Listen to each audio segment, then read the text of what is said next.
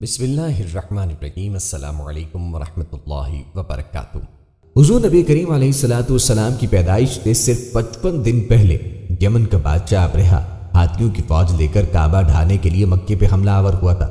اس کا سبب یہ تھا کہ ابرہہ نے یمن کے دارالسلطنت سنا میں ایک بہت ہی شاندار اور عالی شان گرجا گھر بنایا اور یہ کوشش کرنے لگا کہ عرب کے لوگ بجائے خانہ کعبہ کے یمن آ کر اس گرجا گھر کا حج کیا کریں۔ جب مکے والوں کو یہ معلوم ہوا تو قبیلہ کنانہ کا ایک شخص غیظ و غضب میں جل بھن کر یمن گیا اور وہاں کے گرجا گھر میں پاخانہ کر کے اس کو نجاست سے لت پت کر دیا۔ جب ابرہہ نے یہ واقعہ سنا تو وہ طیش میں آپے سے باہر ہو گیا اور خانہ کعبہ کو ڈھانے کے لیے ہاتھیوں کی فوج لے کے مکہ پہ حملہ کر دیا۔ اس کی فوج کے اگلے دستے نے مکے والوں کے تمام اونٹوں اور دوسرے مویشیوں کو چھین لیا اور اس میں 200 یا 400 اونٹ عبد المطلب کے بھی تھے۔ حضرت عبد المطلب کو اس واقعے سے بڑا رنج پہنچا، چنانچہ آپ اس معاملے میں گفتگو کرنے کے لیے اس کے لشکر میں تشریف لے گئے۔ جب ابرہہ کو معلوم ہوا کہ قریش کا سردار اس سے ملاقات کرنے کے لیے آیا ہے تو اس نے آپ کو اپنے خیمے میں بلا لیا اور جب حضرت عبد المطلب کو دیکھا کہ ایک بلند قامت، روبدار اور نہایت ہی حسین و جمیل آدمی ہے جن کی پیشانی پر نور نبوت کا جاہ و جلال چمک رہا ہے، تو یہ صورت دیکھتے ہی ابرہہ مروب ہو گیا اور بے اختیار تخت شاہی سے اتر کر آپ کی تعظیم و تکریم کے لیے کھڑا ہو گیا اور اپنے برابر بٹھا کے دریافت کیا کہ کہیے سردار قریش، یہاں آپ کی تشریف آوری کا مقصد کیا ہے؟ حضرت عبد المطلب نے جواب دیا کہ ہمارے اونٹ اور بکریاں وغیرہ جو آپ کے لشکر کے سپاہی ہانک لائے ہیں، آپ ان سب مویشیوں کو ہمارے سپرد کر دیجئے۔ یہ سن کر ابرہہ نے کہا کہ اے سردار قریش، میں تو یہ سمجھتا تھا کہ آپ بہت ہی حوصلہ مند اور شاندار آدمی ہیں، مگر آپ نے مجھ سے اپنے اونٹوں کا سوال کر کے میری نظروں میں اپنا وقار کم کر دیا۔ اونٹ اور بکری کی حقیقت ہی کیا ہے؟ میں تو آپ کے کعبے کو توڑ پھوڑ کر برباد کرنے کے لیے آیا ہوں۔ آپ نے اس بارے میں کوئی گفتگو نہیں کی۔ حضرت عبد المطلب نے کہا کہ مجھے تو اپنے اونٹوں سے مطلب ہے، کعبہ میرا گھر نہیں بلکہ وہ خدا کا گھر ہے، وہ خود اپنے گھر کو بچا لے گا، مجھے کعبے کی ذرا بھی فکر نہیں۔ یہ سن کر ابرہہ نے اپنے فرعونی لہجے میں کہنے لگا، اے سردار مکہ سن لیجئے، میں کعبے کو ڈھا کر اس کی اینٹ سے اینٹ بجا دوں گا اور روئے زمین سے اس کا نام و نشان مٹا دوں گا، کیونکہ مکے والوں نے میرے گرجا گھر کی بڑی حرمتی کی ہے، اسی لیے میں اس کا انتقام لینے کے لیے کعبے کو مسمار کرنا ضروری سمجھتا ہوں۔ حضرت عبد المطلب نے فرمایا کہ پھر آپ جانے اور خدا جانے، میں آپ سے سفارش کرنے والا کون؟ اس گفتگو کے بعد ابرہہ نے تمام جانوروں کو واپس کرنے کا حکم دے دیا اور عبد المطلب تمام اونٹوں اور بکریوں کو ساتھ لے کر اپنے گھر چلے آئے اور مکے والوں سے فرمایا کہ تم لوگ اپنے مال مویشیوں کو لے کر مکے سے باہر نکل جاؤ اور پہاڑوں کی چوٹیوں پر چڑھ کے اور دروں میں چھپ کے پناہ لو۔ مکے والوں سے یہ کہہ کر پھر خود اپنے خاندان کے چند آدمیوں کو ساتھ لے کر خانہ کعبہ میں گئے اور دروازے کا حلقہ پکڑ کر انتہائی بے قراری اور گریہ وزاری کے ساتھ دربار باری میں اس طرح دعا مانگنے لگے، تو بھی اپنے گھر کی حفاظت فرمائے رب، اور صلیب والوں اور صلیب کے پجاریوں عیسائیوں کے مقابلے میں اپنے اطاعت شعاروں کی مدد فرما۔ حضرت عبد المطلب نے یہ دعا مانگی اور اپنے خاندان والوں کو ساتھ لے کر پہاڑ کی چوٹی پہ چڑھ گئے اور خدا کی قدرت کا جلوہ دیکھنے لگے۔ ابرہہ جب صبح کو کعبے ڈھانے کے لیے اپنے لشکر چرار اور ہاتھیوں کے قطار کے ساتھ آگے بڑھا اور مقام مغمس میں پہنچا تو خود اس کا ہاتھی جس کا نام محمود تھا ایک دم بیٹھ گیا اور چند مارا بال بال للکارا مگر ہاتھی نہ اٹھا۔ اسی حال میں قہر الہی ابابیلوں کی شکل میں نمودار ہوا اور ننھے ننھے پرندے جھنڈ کے جھنڈ جن کی چونچ اور پنجوں میں 3 کنکریاں تھیں سمندر کی جانب سے حرم کعبہ کی طرف آنے لگے۔ ابابیلوں کے ان لشکروں نے ابرہہ کی فوجوں پر اس زور و شور سے سنگباری شروع کی کہ ان کی آن میں ابرہہ کے لشکر اور اس کی ہاتھیوں کے پرخچے اڑ گئے۔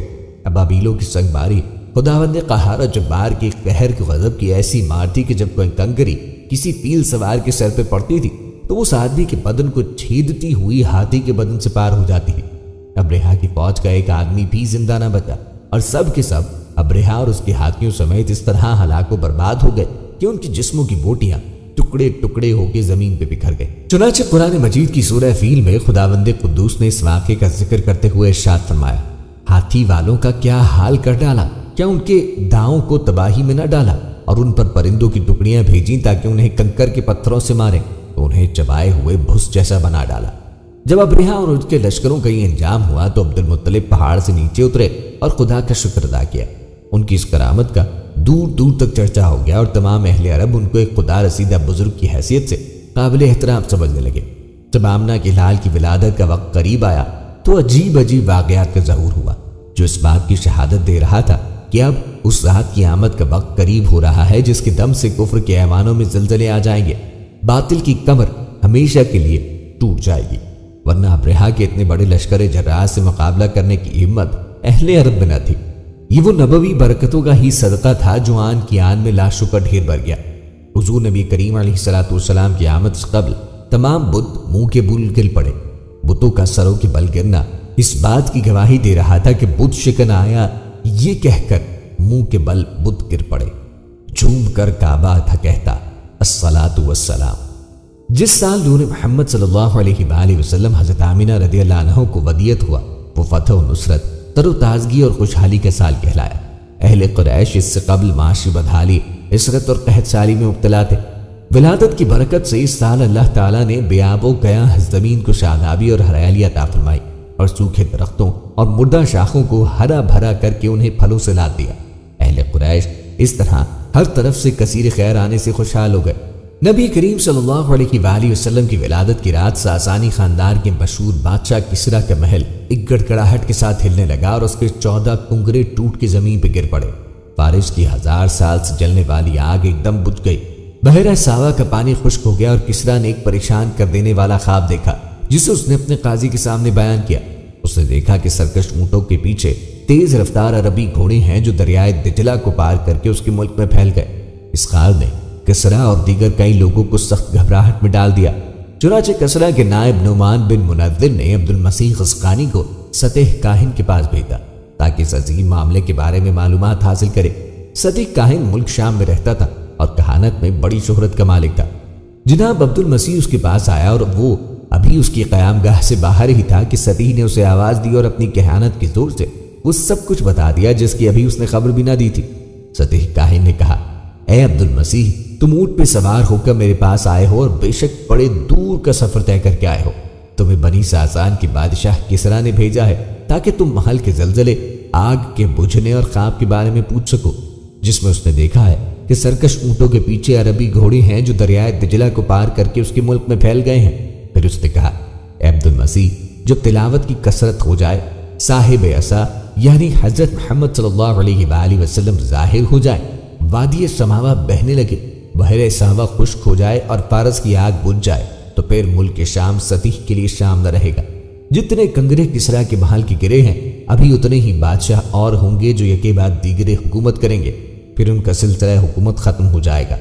کسریٰ کا خواب اس کی بادشاہت کے خاتمے کا الارم ہے، اس کے اسلام اور اہل اسلام کی مملکت بن جانے اور اس کے شہروں میں عربوں کے داخل ہونے کی علامت ہے۔ عرب کی برسوں پرانی قحط سالی نبی کریم علیہ السلام کی آمد ہی کے طفیل یہ مصیبت دور ہوئی اور ہر طرف ہریالی چھا گئی اور خوشحالی کا دور دورہ ہو گیا۔ حضرت آمینہ رضی اللہ عنہا کے بدن مبارک سے ایک ایسا نور نکلا جس سے بصرہ کے محل روشن ہو گئے۔ محدث ابو نعیم نے اپنی کتاب دلائل النبوہ میں حضرت عبداللہ بن عباس رضی اللہ تعالیٰ عنہما کی روایت سے یہ حدیث بیان کی ہے کہ رات نور نبوت حضرت عبداللہ کی پشت اقدس سے حضرت آمینہ کے بطن مقدس میں منتقل ہوا۔ روئے زمین کے تمام چوپایوں خصوصاً قریش کے جانوروں کو اللہ نے قوت گویائی عطا فرمائی اور انہوں نے بزبان فصیح اعلان کیا کہ وہ مقدس رسول شکم مادر میں جلوہ گر ہو گیا جس کی سر پر تمام دنیا کی امامت کا تاج ہے۔ نبی کریم علیہ السلام کی آمد سے قبل شام اور کوفے کے درمیان وادی سماوا کی خشک ندی بھی جاری ہو گئی اور جو سارے عالم کو روشن کرنے والا چراغ ہے، مشرق کے جانوروں نے مغرب کے جانوروں کو بشارت دی۔ اسی طرح سمندر و دریاؤں کے جانوروں نے ایک دوسرے کو یہ خوشخبری سنائی کہ حضرت ابو القاسم صلی اللہ تعالی علیہ وآلہ وسلم کی ولادت باسعادت کا وقت قریب آ گیا۔ جب حضرت بی بی آمینہ رضی اللہ تعالی عنہا کے حمل کا آغاز ہوا تو آپ رضی اللہ تعالی عنہا کو مختلف ماہ میں 9 انبیاء کرام علیہ السلام کی زیارت ہوئی اور ان میں سے ہر ایک نبی علیہ السلام نے آپ رضی اللہ تعالی عنہا کو حضور پاک صلی اللہ علیہ وآلہ وسلم کے بارے میں کچھ نہ کچھ خبر سے آگاہ فرمایا۔ چنانچہ حضرت علامہ مولانا عبدالرحمن بن ابن جوزی رحمہ اللہ علیہ فرماتے ہیں، حضور پاک صلی اللہ علیہ وآلہ وسلم کی ولادت کا وقت قریب آیا تو حضرت آدم علیہ السلام بی بی آمینہ رضی اللہ عنہا کی خواب میں تشریف لائے اور آپ علیہ السلام کی آمد کے بارے میں خبر دی۔ پھر حضرت ادریس علیہ السلام تشریف لائے تو انہوں نے آپ صلی اللہ علیہ وآلہ وسلم کی فضل و کرم اور بلند رتبے کی خبر دی۔ پھر حضرت نوح علیہ السلام تشریف لائے تو انہوں نے بتایا آپ کا بیٹا کامیابی و مدد کا مالک ہے۔ پھر حضرت ابراہیم علیہ السلام تشریف لائے تو انہوں نے آپ صلی اللہ علیہ وآلہ وسلم کی عزت اور بزرگی سے آگاہ فرمایا۔ پھر حضرت اسماعیل علیہ السلام تشریف لائے اور فرمایا جو آپ کے ہاں تشریف لانے والے ہیں وہ بہت اچھے اخلاق کے مالک اور بڑی عزت والے ہیں۔ پھر حضرت موسیٰ علیہ السلام تشریف لائے اور آپ کی عزت اور بلند منصب کے بارے میں خبر دی۔ پھر حضرت داؤد علیہ السلام بی بی آمنہ رضی اللہ عنہا کے خواب میں تشریف لائے اور فرمایا جو آپ کے ہاں تشریف لانے والے ہیں وہ مقام محمود، حوض کوثر، لواء الحمد اور شفاعت عظمیٰ کے مالک ہیں۔ پھر حضرت سلیمان علیہ السلام تشریف لائے اور بتایا آخری نبی آپ کے ہاں تشریف لائیں گے۔ پھر حضرت عیسیٰ علیہ السلام خواب میں تشریف لائے اور فرمایا آپ کے بیٹے سچ بولنے والے اور سیدھے دین جو سب دینوں پر غالب ہے اس کے مالک ہے۔ الغرض ہر نبی علیہ السلام نے حضرت بی بی آمنہ رضی اللہ عنہا کو یہ خوشخبری دی کہ آپ دنیا و آخرت کے سردار سے حاملہ ہیں، اور جب وہ دنیا میں تشریف لائیں تو ان کا نام محمد صلی اللہ علیہ وآلہ وسلم رکھنا۔ رسول کریم صلی اللہ علیہ وآلہ وسلم کی ولادت باسعادت سے پہلے ان کی والدہ ماجدہ حضرت آمنہ رضی اللہ تعالیٰ عنہا کے لیے ہر رات مزید بابرکت اور خوشیوں کا پیغام بن کے آئی۔ ان راتوں میں حضرت بی بی آمنہ رضی اللہ عنہا کو عجیب خوشی حاصل ہوئی۔ آپ رضی اللہ عنہا کو مراد اور آرزو پوری ہونے کی خوشخبری دی گئی۔ بتایا گیا کہ آپ کے ہاں وہ ہستی آنے والی ہے جو اللہ پاک کی تعریف اور شکر کرنے والی ہے۔ آپ رضی اللہ تعالیٰ عنہ نے آسمان سے فرشتوں کی پاکی بیان کرنے کو سنا۔ حضرت ابراہیم علیہ السلام کو یہ کہتے سنا اے آمنہ تعریف و عزت کے مالک کے سبب خوش ہو جاؤ۔ پھر خوشی و برکت مکمل ہو گئی اور ایک ایسا نور چمکا جو پھر کم نہ ہوا۔ فرشتوں نے حضرت بی بی آمنہ رضی اللہ عنہا کے پاس طواف کی صورت میں چکر لگایا۔ آپ رضی اللہ عنہا کی سعادتوں اور مالداری کی ابتدا ہوئی۔ فرشتوں نے لا الہ الا اللہ کا ورد کیا۔ پیارے دوستو، اب حضور نبی کریم صلی اللہ تعالی علیہ وآلہ وسلم کی ولادت کے موقع پر ہونے والے معجزات کا ذکر کرتے ہیں۔ حضرت شیخ عبدالحق محدث دہلوی علیہ الرحمہ فرماتے ہیں کہ جب حضور نبی کریم علیہ السلام پیدا ہوئے تو اللہ تعالیٰ نے آپ کو پاکیزہ بدن اور تیز بو کستوری کی طرح خوشبودار اور قطرے شدہ، نان بریدہ، چہرہ نورانی، آنکھیں سرمگی، دونوں شانوں کے درمیان مہر نبوت رخصاں پیدا فرمایا۔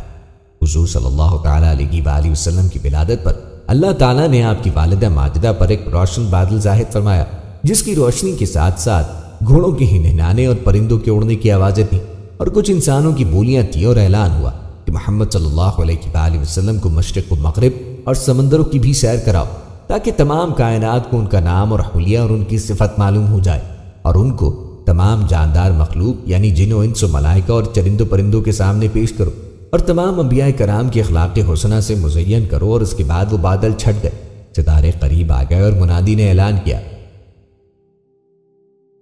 کہ واہ واہ، کیا خوب محمد صلی اللہ علیہ وآلہ وسلم کو تمام دنیا پہ قبضہ دے دیا، اور کائنات عالم کی کوئی چیز باقی نہ رہی کہ جو ان کے قبضہ اقتدار و غلبہ اطاعت میں نہ ہو۔ پھر 3 شخص نظر آئے، ایک کے ہاتھ میں چاندی کا لوٹا، دوسرے کے ہاتھ میں سبز زمرد کا تشت، تیسرے کے ہاتھ میں ایک چمکدار انگوٹھی تھی۔ انگوٹھی کو 7 مرتبہ دھو کر حضور نبی کریم علیہ السلام کے دونوں شانوں کے درمیان مہر نبوت لگا دی۔ پھر آپ کو ریشمی کپڑے میں لپیٹ کر آپ کی والدہ ماجدہ کے سپرد کیا گیا۔ ولادت شریف کے وقت غیب سے عجیب و غریب امور ظاہر ہوئے اور آپ علیہ السلام کے نور سے حرم شریف کی پست زمین اور ٹیلے روشن ہو گئے، اور آپ کے ساتھ ایک ایسا نور خارج ہوا کہ شام کے محلات نظر آ گئے، اور آسمانوں پر پہلے شیاطین چلے جاتے تھے اور کاہنوں کو بعض مغیبات کی خبر دیتے تھے، اور وہ لوگوں کو کچھ اپنی طرف سے ملا کے بتا دیا کرتے تھے۔ لیکن حضور نبی کریم علیہ السلام کی آمد سے آسمانوں میں ان کا آنا جانا بند ہو گیا، اور آسمانوں کی حفاظت جہاب ثاقب سے کر دی گئی۔ تو اس طرح وحی اور غیر وحی میں غلط ملت ہو جانے کا اندیشہ جاتا رہا۔ شہر مدائن میں محل کسرا پھٹ گیا اور اس کے 14 کنگرے گر پڑے، اور فارس کے آتش کدے ایسے سرد پڑے کہ ہر چند ان میں آگ جلانے کی کوشش کی گئی مگر نہ جلتی تھی۔ بحر سادہ جو ہمدان و قم سے درمیان ایک بالکل خشک ہو گیا، وادی ساہ جو شام و کوفہ کے درمیان تھی جو کہ بالکل خشک ہو پڑی تھی، لبالب بہنے لگی۔ رسول کریم علیہ السلام کی ولادت باسعادت ربیع الاول کے مہینے میں ہوئی۔ مورخین اور سیرت نگاروں کا اس تاریخ میں اختلاف ہے، بعض نے 9 ربیع الاول اور بعض نے 12 ربیع الاول کی تاریخ بتلائی ہے۔ یہ پیر کا دن تھا۔ آپ صلی اللہ تعالیٰ علیہ وآلہ وسلم کی ولادت سے قبل عرب کے نجومیوں میں کسی بڑی شخصیت کی ولادت کا ذکر جاری تھا، اور اہل کتاب بھی اپنی کتاب میں جس آخری نبی کی آمد کے متعلق پڑھتے آئے تھے انہیں احساس ہو گیا تھا کہ اس نبی کی آمد کا وقت قریب آ چکا ہے۔ حضرت حسان بن ثابت جو عرب کے نامور شاعر تھے اور مدحت رسول میں آج تک شہرت رکھتے ہیں، ایک واقعہ بیان کرتے ہیں۔ وہ فرماتے ہیں کہ وہ 7 سال کے تھے اور مدینہ منورہ اس وقت یثرب نام تھا میں رہتے تھے کہ ایک یہودی کو بلند مقام پر ٹیکتے ہوئے سنا۔ وہ کہہ رہا تھا، اے یہودیوں! جب اس کی آواز سن کر لوگ اس کے ارد گرد جمع ہو گئے اور پوچھا کہ اے کم بخت، تجھے کیا ہو گیا، کیوں چیخ رہا ہے؟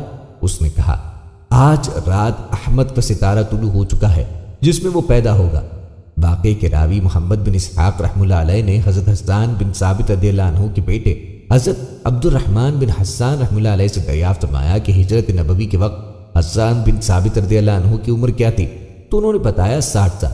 گویا رسول پاک صلی اللہ علیہ وآلہ وسلم کی ولادت کے وقت ان کی عمر 7-8 سال رہی ہوگی، کیونکہ ہجرت کے وقت خود رسول کریم صلی اللہ علیہ وآلہ وسلم کی عمر مبارک 53 برس تھی۔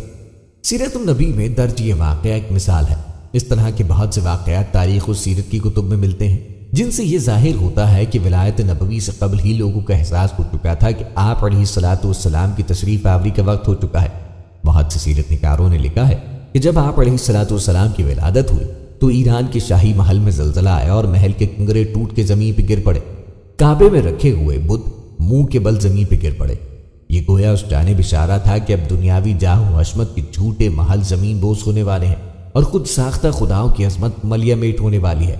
اب وہ وقت آ گیا ہے جب حق کا پرچم بلند ہوگا، صداقت کا ستارہ طلوع ہوگا، باطل کی ظلمت دور ہوگی اور حق کی سحر دنیا پہ چھا جائے گی۔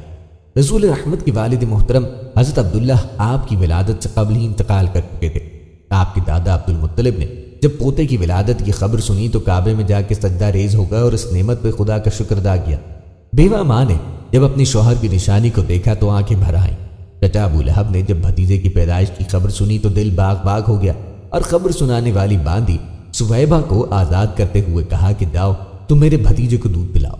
مکے کے شریفوں میں یہ دستور چلا رہا تھا کہ بچوں کی پرورش کے لیے آس پاس کے دیہاتوں میں بھیج دیا کرتے تھے تاکہ بچے وہاں کی صاف ستھری ہوا میں پرورش پا کر تندرست و توانا ہو جائیں، نیز وہاں وہ خالص عربی زبان سیکھ جائیں۔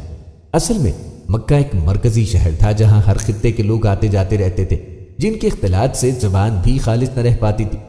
عرب میں پڑھنے لکھنے کا رواج بہت کم تھا مگر وہ زبان پہ خاص توجہ دیتے۔ یہاں شاعری اور سخنوری کا چرچا رہتا تھا اور گاؤں والوں کی زبان زیادہ مستند سمجھی جاتی تھی۔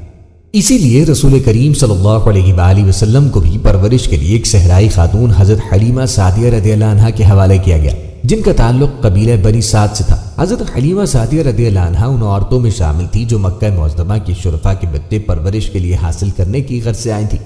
سیرت النبی کے مطابق یہ واقعہ خود حضرت حلیمہ نے یوں بیان کیا کہ میں اپنے قبیلے کی کچھ عورتوں کے ساتھ دودھ پینے والے بچوں کی تلاش میں نکلی۔ یہ زمانہ قحط کا تھا اور ہمارے پاس کچھ نہ تھا۔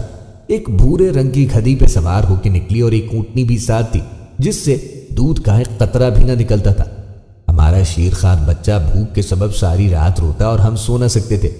میری چھاتی میں اتنا دودھ نہ تھا کہ اپنے بچے کو پلاؤں اور نہ ہی ہماری اونٹنی کے پاس کچھ تھا۔ میں جس گدھی پہ نکلی وہ تھک گئی اور میں اپنے ساتھیوں سے پیچھے رہ گئی اور سب کے بعد مکے پہنچی۔ حضرت حلیمہ سعدیہ کا بیان ہے کہ کوئی عورت ایسی نہ تھی جس پر ننھے محمد صلی اللہ علیہ وآلہ وسلم کو پیش نہ کیا گیا ہو، مگر کسی نے بھی آپ کو نہ لیا کیونکہ ہمیں لڑکے کے باپ سے بھلائی کی امید رہتی تھی اور اسی سے انعام کی توقع رکھتے تھے۔ جب باپ نہ ہو تو دادا اور ماں سے کیا امید، لیکن جب کوئی بچہ نہ ملا تو مجبوراً آپ علیہ الصلوۃ والسلام کو لے لیا۔ آپ علیہ الصلوۃ والسلام کی برکت سے مجھے بار بار فیضیاب ہونے کا موقع ملا۔ جب میں آپ کو گود میں لے کے اپنی سواری پہ بیٹھی تو میری حیرت کا ٹھکانہ نہ رہا کہ میری چھاتی دودھ سے بھر گئی اور آپ نے خوب سیر ہو کے دودھ پیا۔ اسی کے ساتھ آپ کے رضائی بھائی نے بھی خوب دودھ پیا اور پھر دونوں سو گئے۔ میرے شوہر بوڑھی اونٹنی کی طرف گئے تو کیا دیکھتے ہیں کہ اس کے تھن بھی دودھ سے بھرے ہوئے ہیں۔ ہم دونوں میاں بیوی نے خوب جی بھر کر اونٹنی کا دودھ پیا اور رات بھر آرام سے سوئے۔ صبح کے وقت میرے شوہر نے کہا، حلیمہ خدا کی قسم خوب سمجھ لے کہ تو نے ایک مبارک ذات کو پایا ہے۔ میں نے جواب دیا، خدا کی قسم مجھے یہی امید تھی۔ جب میں نے حضور نبی کریم علیہ الصلوۃ والسلام کو اپنی گود میں لیا اور دودھ پلانے کی غرض سے اپنا دایاں پستان آپ کے دہن میں دیا تو آپ نے دودھ پینا شروع کیا۔ جب میں نے بایاں پستان آپ علیہ الصلوۃ والسلام کی طرف کیا تو آپ رک گئے اور اس طرف دہن مبارک نہ لگایا۔ حضرت ابن عباس رضی اللہ عنہ فرماتے ہیں کہ نبی کریم علیہ الصلوۃ والسلام نے اس وقت صحیح انصاف فرما دیا کہ ایک پستان کو اپنے دودھ شریک بھائی کے لیے چھوڑ دیا۔ حضرت حلیمہ سعدیہ رضی اللہ عنہا فرماتی ہیں کہ میں اپنا دایاں پستان ہمیشہ رسول کریم علیہ الصلوۃ والسلام کے لیے محفوظ رکھتی اور بایاں اپنے بیٹے حمزہ کو دیتی۔ جب ہم مکے سے اپنے گاؤں کی طرف گدھی پہ سوار ہو کر واپس جا رہے تھے تو اس میں اتنی طاقت آ گئی کہ پورے قافلے سے آگے نکل گئی۔ ساتھی عورتیں پوچھنے لگیں کہ حلیمہ، کیا یہ تیری وہ گدھی نہیں جو مکے آئی ہوئی تھی؟ آخر اسے ہوا کیا کہ اتنی تیز چلنے لگی؟ حضرت حلیمہ رضی اللہ عنہا کے مطابق ان کا گاؤں بہت زیادہ قحط زدہ تھا، مگر جب رسول کریم علیہ الصلوۃ والسلام کو اپنے ساتھ لائیں تو یہاں حالات ہی بدل گئے۔ وہ کہتی ہیں میری بکریاں چرنے جاتی تو خوب چر کے آتی اور خوب دودھ دیتی، حالانکہ دوسروں کی بکریوں کے تھنوں سے قحط کے سبب ایک قطرہ دودھ نہ نکلتا۔ پڑوسی اپنے چرواہوں سے کہتے کہ جہاں حلیمہ کی بکریاں چرتی ہیں وہیں تم بھی اپنی بکریوں کو چراؤ۔ حضرت حلیمہ رضی اللہ عنہا کے مطابق وہ 2 سال تک یوں ہی آپ کی برکات سے مالا مال ہوتی رہیں اور آپ تندرست و توانا ہو گئے۔ دوسرے بچے اس قدر تندرست نہ تھے۔ 2 سال کے بعد آپ صلی اللہ تعالی علیہ وآلہ وسلم کو مکے واپس لے کر آئیں تو والدہ ماجدہ حضرت آمنہ نے اپنی حیثیت کے مطابق انعام و اکرام سے حضرت حلیمہ کو نوازا۔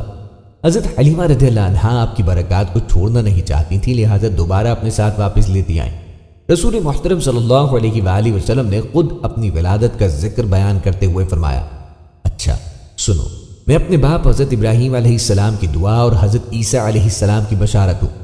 جب میں اپنی ماں کے شکم میں آیا تو انہوں نے دیکھا کہ ان کے اندر سے ایک نور نکلا جس سے سرزمین شام کے محل ان پہ روشن ہو گئے۔ بنی سعد بن بکر کے قبیلے میں دودھ پی کر میں نے پرورش پائی۔ حلیمہ سعدیہ اس بچے کی واپسی پہ بہت خوش تھیں اور یوں ہادیہ بنی سعد میں مزید 3 سال یعنی کل 5 سال گزر گئے۔ لیکن ایک روز نہایت عجیب واقعہ پیش آیا جس کی وجہ سے حلیمہ انتہائی خوفزدہ اور پریشان ہو گئی۔ ہوا یہ کہ یہ بچہ ایک روز جب گاؤں کے دوسرے ہمور بچوں کے ہمراہ کھیل کود میں مشغول تھا کہ اچانک وہاں کوئی اجنبی نمودار ہوا اور اس نے بچے کو زمین پہ لٹا کر اس کا سینہ چاک کر دیا۔ دوسرے بچوں نے جب یہ منظر دیکھا تو فوراً دوڑتے ہوئے حلیمہ کے گھر پہنچے اور بتایا کہ کسی نے محمد صلی اللہ علیہ وآلہ وسلم کو قتل کر دیا ہے۔ حلیمہ انتہائی پریشانی کے عالم میں وہاں پہنچی تو دیکھا کہ گھبراہٹ کی وجہ سے آپ علیہ الصلوۃ والسلام کے چہرے کا رنگ قدرے بدلا ہوا ہے۔ در حقیقت وہ اجنبی شخص جبرائیل امین علیہ السلام تھے جو اللہ کے حکم سے وہاں آئے تھے۔ انہوں نے رسول کریم صلی اللہ علیہ وآلہ وسلم کا سینہ چاک کر کے قلب مبارک باہر نکالا اور اس میں سے سیاہ نقطے کے مانند جمے ہوئے خون کا ایک چھوٹا سا نکڑا ٹکڑا نکال کر یہ کہتے ہوئے پھینک دیا کہ یہ شیطان کا حصہ ہے، یعنی اس حصے کو دل سے نکال کر پھینک دیا تاکہ شیطان کبھی آپ پر غالب نہ آ سکے۔ پھر آپ صلی اللہ تعالی علیہ وآلہ وسلم کے دل کو سونے کی تشتری میں رکھ کر آب زمزم سے دھویا، اس میں ایمان و حکمت کا جوہر بھرا اور پھر اسے اسی طرح جوڑ کر سینے میں اس کے مقام پہ رکھ دیا۔ دراصل یہ اللہ سبحانہ و تعالی کی طرف سے اپنے حبیب صلی اللہ علیہ وآلہ وسلم کے لیے ایک قسم کا روحانی آپریشن اور سامان عصمت تھا۔ اس حادثے کی وجہ سے حلیمہ سعدیہ بہت زیادہ گھبرا گئیں اور آپ صلی اللہ علیہ وآلہ وسلم کی سلامتی کو مد نظر رکھتے ہوئے چند روز بعد آپ صلی اللہ علیہ وآلہ وسلم کو مکہ شہر میں آپ کی والدہ ماجدہ کے پاس چھوڑائیں۔ ہادیہ بنی سعد میں تقریباً 5 سال گزارنے کے بعد آپ صلی اللہ علیہ وآلہ وسلم اپنی والدہ کے سایہ شفقت میں واپس پہنچ گئے۔ جب 6 سال کے ہوئے تو والدہ نے اپنے شوہر نامدار یعنی عبداللہ بن عبد المطلب سے خلوص و وفا کے اظہار کے طور پہ مدینے کا سفر کیا۔ اس سفر میں کمسن بیٹے یعنی آپ صلی اللہ تعالی علیہ وآلہ وسلم کو بھی یہ سوچ کے ہمراہ لیا کہ باپ کو بیٹے کی شکل دیکھنا تو نصیب نہ ہو سکا، کم از کم اب اسے باپ کی قبر کی زیارت ہی نصیب ہو جائے۔ اس سفر میں کنیز ام ایمن بھی ہمراہ تھی کہ کمسن بچہ اس طویل اور کٹھن سفر میں مناظر فطرت کا بغور مطالعہ و مشاہدہ کرتا رہا۔ اس مختصر قافلے نے مدینے میں تقریباً 1 ماہ قیام کیا۔ آپ صلی اللہ علیہ وآلہ وسلم جب بعد میں مکے سے ہجرت کر کے مدینہ پہنچے اور وہاں مستقل قیام کیا، تب ایک روز آپ علیہ الصلوۃ والسلام جب بنو جار کے ایک محلے سے گزر رہے تھے تو آپ کی نگاہ اس مکان پہ پڑی جہاں آپ صلی اللہ تعالی علیہ وآلہ وسلم نے بچپن میں اپنی والدہ ماجدہ کے ہمراہ سفر مدینہ کے موقع پہ قیام کیا تھا۔ اتنا عرصہ گزر جانے کے باوجود آپ علیہ الصلوۃ والسلام نے اس مکان کو پہچان لیا اور پھر سن 8 ہجری میں فتح مکہ کی غرض سے مدینے سے مکے کی جانب سفر کے دوران راستے میں ابوا نامی مقام پر آپ اپنی والدہ کی قبر پہ بھی گئے اور وہاں خوب روئے، جیسا کہ حدیث کے الفاظ ہیں، یعنی آپ صلی اللہ علیہ وآلہ وسلم نے اپنی والدہ کی قبر کی زیارت کی اور تب آپ صلی اللہ تعالی علیہ وآلہ وسلم خود بھی روئے اور دوسروں کو بھی رلایا۔ آپ علیہ الصلوۃ والسلام کی والدہ بی بی آمنہ مدینے میں تقریباً 1 ماہ قیام کے بعد جب مکے کی طرف واپس روانہ ہوئی تو راستے میں انتہائی تند و تیز اور گرم صحرائی ہواؤں نے آ لیا، جس کی وجہ سے شدید بیمار پڑ گئی۔ راستے میں علاج کا کوئی انتظام نہ تھا اور نہ ہی راحت و آرام کا کوئی بندوبست۔ چند روز کی سلالت کے بعد آخر مدینہ اور مکہ کے درمیان ابوا نامی مقام پر اس جہان فانی سے کوچ کر گئی اور انہیں اسی مقام پر ہی دفن کر دیا گیا۔ کمسن بچے نے اپنی معصوم آنکھوں سے ماں کو یوں پردیس میں نزا اور موت کی کشمکش سے گزرتے دیکھا، جس سے اس کا گداز قلب مزید بڑھ گیا۔ حضور نبی کریم علیہ السلام کے والد تو آپ کی ولادت سے قبل ہی وفات پا چکے تھے۔ تاجر باپ نے ورثے میں بہت کچھ چھوڑا، جس کی تفصیل محمد بن سعد کی طبقات ابن سعد، ابن جوزی کی الوفا اور ماوردی کی احکام السلطانی میں موجود ہیں۔ ان کے بموجب آپ علیہ السلام کو ترکے میں ایک کھلائی ایمن، 2 غلام شقران اور صالح، 5 اوراق اونٹ جو بڑی اعلیٰ نسل کے ہوتے ہیں اور جن کی خوراک درخت عراق پلوں کے پتے ہیں، بھیڑوں کا ایک گلہ، اس کے علاوہ شعب بنی ہاشم کے جس گھر میں آپ صلی اللہ علیہ وآلہ وسلم کی والدہ رہتی تھی، آپ علیہ السلام کو ملا۔ نیز شہر مکہ میں حضرت عبداللہ کی ایک خیاطی کی دکان جہاں کپڑا بکتا اور سلتا تھا، ماں حضرت عبداللہ کا سامان تجارت، نقد و جنس، چمڑا اور کھجور بھی آپ علیہ السلام کو ملا۔ ایمن کے بارے میں حضور نبی کریم علیہ السلام فرمایا کرتے تھے کہ یہ خاتون والدہ کے بعد میری ماں ہے۔ حضور نبی کریم علیہ السلام جب نبی بنائے گئے تو ایمن اولین تصدیق کرنے والوں میں سے ہو گئی۔ حضور نبی کریم علیہ السلام نے انہیں آزاد کر دیا۔ ان کا پہلا نکاح بنی حارث کے عبید بن زید بن عمرو سے ہوا، جن سے ایمن پیدا ہوئے، جن کے نام پر ان کی کنیت ایمن تھی۔ پہلے شوہر کے انتقال کے بعد حضور نبی کریم علیہ السلام نے اپنے آزاد کردہ غلام حضرت زید بن حارثہ رضی اللہ عنہ سے ان کا نکاح کروایا، جن سے اسامہ بن زید رضی اللہ عنہ پیدا ہوئے۔ ایمن نے 2 ہجرتیں کی، پہلی حبشہ، دوسری مدینہ۔ حضرت عثمان رضی اللہ عنہ کے عہد خلافت میں ان کی وفات ہوئی۔ ایمن جو سفر میں ہمراہ تھی، پردیس میں بی بی آمنہ کی لالت پر اور پھر وفات کے بعد اس کمسن بچے کو ہمراہ لیے ہوئے واپس مکہ پہنچی اور وہاں اسے اس کے دادا عبد المطلب کے حوالے کر دیا۔ یہ بچہ اس سفر کے لیے ماں کی انگلی تھامے ہوئے جب گھر سے روانہ ہوا تھا، تب سر پہ آپ کا سایہ نہ تھا، اور اب اس طویل اور تھکا دینے والے سفر کے بعد جب واپس مکے میں اپنے گھر پہنچا تو کیفیت یہ تھی کہ ماں کی ممتا سے بھی محروم ہو چکا تھا۔ یوں ہمارے پیارے رسول علیہ السلام اپنی پیاری ماں کی وفات کے بعد اب اپنے دادا محترم یعنی جناب عبد المطلب کی کفالت میں آ گئے۔ اس وقت آپ علیہ السلام کی عمر مبارک 6 سال 3 ماہ اور 10 دن تھی۔ دادا نے جب اپنے اس یتیم پوتے کو اپنے دامن کفالت و تربیت میں لیا تو جی بھر کے اسے پیار دیا، اسے اپنی جان سے بھی زیادہ عزیز رکھا اور اپنے بچوں سے بھی بڑھ کر اس کے ساتھ ہمیشہ لاڈ اور پیار کیا۔ وہ آپ علیہ السلام کو ہمیشہ اپنے ساتھ بٹھا کے کھانا کھلاتے، دن بھر آپ علیہ السلام کو اپنے ساتھ ہی رکھتے، اور رات کو جب نبی کریم علیہ السلام سو جاتے تو وہ بار بار اٹھ کر آپ علیہ السلام کی خبر گیری کیا کرتے۔ عبد المطلب چونکہ اپنے قبیلے کے سردار ہونے کے علاوہ متولی کعبہ بھی تھے، اس لیے کعبۃ اللہ کے قریب ان کے لیے خاص مسند بچھائی جاتی تھی، جس پر کبھی کسی کو بیٹھنے کی جرت نہ ہوتی، یہاں تک کہ ان کے اپنے بیٹے بھی جب وہاں آتے تو اس مسند کے آس پاس بیٹھ جاتے، مگر آپ علیہ السلام کو عبد المطلب ہمیشہ اس مسند خاص پر اپنے ساتھ ہی بٹھاتے۔ اگر کبھی کوئی آپ علیہ السلام کو وہاں سے اٹھانے کی کوشش کرتا تو عبد المطلب یوں کہتے، یعنی میرے بیٹے کو یہیں بیٹھا رہنے دو، کیونکہ اللہ کی قسم اس کی شان تو بڑی ہی نرالی ہے، اور ساتھ ہی فرط محبت سے آپ صلی اللہ علیہ وآلہ وسلم کی پشت پہ ہاتھ پھیرتے اور آپ علیہ السلام کے اس انداز شاہانہ اور استغنا کو دیکھ کر خوش ہوا کرتے۔ لیکن آپ صلی اللہ تعالی علیہ وآلہ وسلم دادا کی اس شفقت سے بھی جلدی محروم ہو گئے۔ جب 82 سال کی عمر پا کر یہ شفیق و مہربان دادا بھی راہی ملک ادب ہو گئے اور مکہ مکرمہ میں محلہ حجون میں دفن ہوئے۔ جب ان کا جنازہ اٹھا تو آپ علیہ السلام بھی ساتھ تھے۔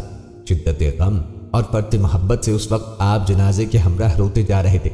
اس وقت نبی کریم علیہ السلام کی عمر مبارک صرف 8 سال 2 ماہ اور 10 دن تھی۔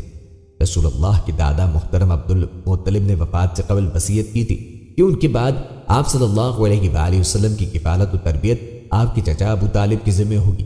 چنانچہ ابو طالب نے اس عظیم ذمہ داری کو بہت ہی احسن طریقے سے تادم آخر نبھایا۔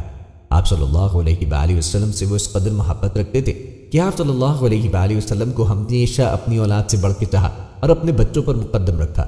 جب سوتے تو آپ صلی اللہ تعالی علیہ وآلہ وسلم کو ساتھ لے کے سوتے، اور جب باہر جاتے تو آپ صلی اللہ علیہ وآلہ وسلم کو ساتھ لے کر جاتے۔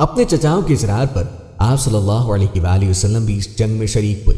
ابن حشار نے لکھا ہے کہ آپ علیہ السلام نے کسی پہ ہاتھ نہیں اٹھایا، بلکہ دشمنوں کے آئے ہوئے تیر چن چن کر دیتے تھے۔ نبوت سے قبل 4 فجار کی لڑائیاں ہوئی تھی، جن میں سے 2 میں آپ علیہ السلام نے شرکت فرمائی تھی۔ ایک لڑائی میں عرب کی مشہور نیزہ باز ابو برا ملاعب السنہ سے بھی مقابلہ اور نیزہ مارنے اور تیر چلانے کے واقعے کا بھی ذکر ہے۔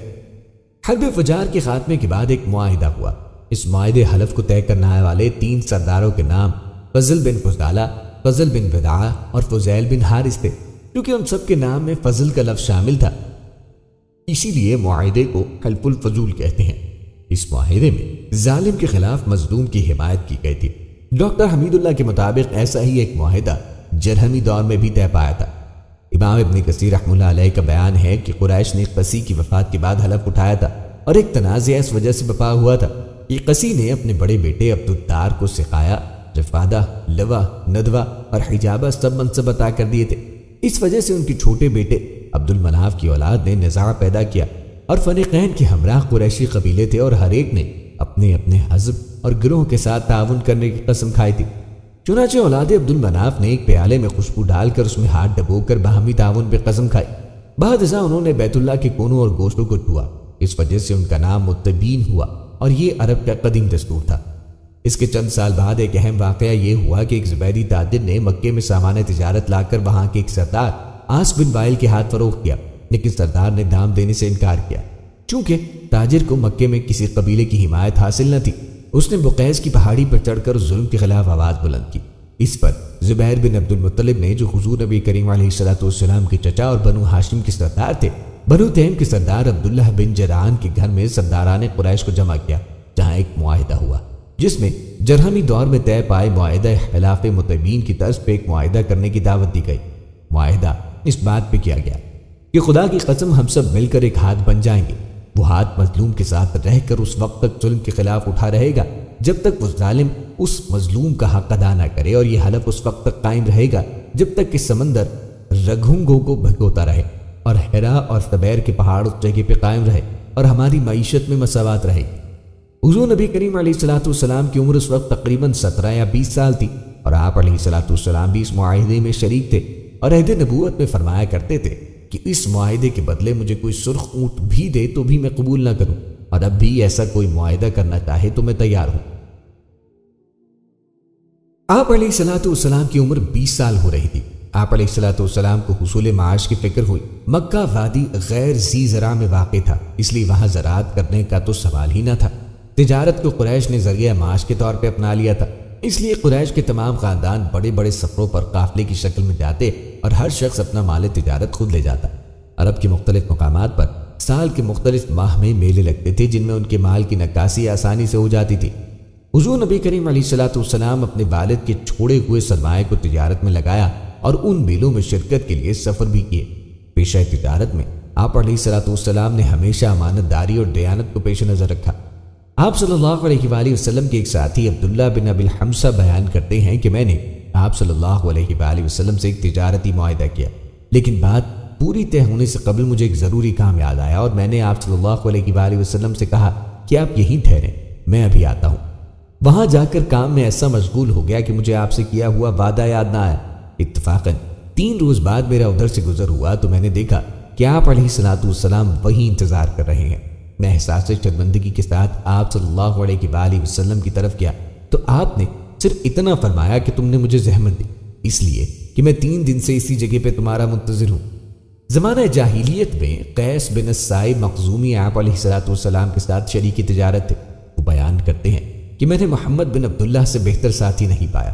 اگر ہم آپ کا سامان تجارت لے کر جاتے تو واپسی پر آپ علیہ السلام ہمارا استقبال کرتے اور خیر و عافیت پوچھ کے چلے جاتے، برخلاف اس کے کہ اگر آپ علیہ السلام تجارتی سفر سے لوٹتے تو جب تک پائی بے باک نہ کرتے اپنے گھر کو نہ جاتے۔ تجارت میں آپ علیہ السلام کی دیانت داری اور صداقت کی دور دور تک شہرت تھی، اسی لیے اکثر لوگ آپ صلی اللہ علیہ وآلہ وسلم کو اپنا تجارتی ساتھی یا آپ کے ذریعے اپنا تجارتی مال بھیجنے میں خوشی محسوس کرتے۔ چنانچہ آپ صلی اللہ علیہ وآلہ وسلم کی خوش معاملگی اور دیانت داری کی بدولت آپ صلی اللہ علیہ وآلہ وسلم الامین اور الصادق کے لقب سے یاد کیے جاتے تھے۔ ان دور دراز کے تجارتی میلوں میں آپ صلی اللہ علیہ وآلہ وسلم کے شرکت کا اندازہ بحرین کے قبیلہ عبد القیس کے وفد کے بیان سے ہوتا ہے، جو مدنی زندگی میں حضور نبی کریم علیہ السلام کی خدمت میں حاضر ہوا تھا۔ جب آپ صلی اللہ علیہ وآلہ وسلم نے ان کے علاقے کی ایک ایک تفصیل بتلائی تو وہ لوگ حیرت زدہ ہو گئے۔ آپ صلی اللہ علیہ وآلہ وسلم نے فرمایا، میں نے تمہارے علاقے کی خوب سیر کی ہے۔ اس سے معلوم ہوتا ہے کہ مشقر اور دبا کے تجارتی میلوں میں آپ علیہ السلام نے شرکت کی ہوگی۔ ناظرین، امید کرتے ہیں کہ آپ کو ہماری آج کی یہ ویڈیو پسند آئی ہو۔ مزید ویڈیوز کے لیے ہمارا چینل سبسکرائب کر دیں۔ ملتے ہیں اگلی ویڈیو میں، تب تک کے لیے اللہ حافظ و فی امان اللہ۔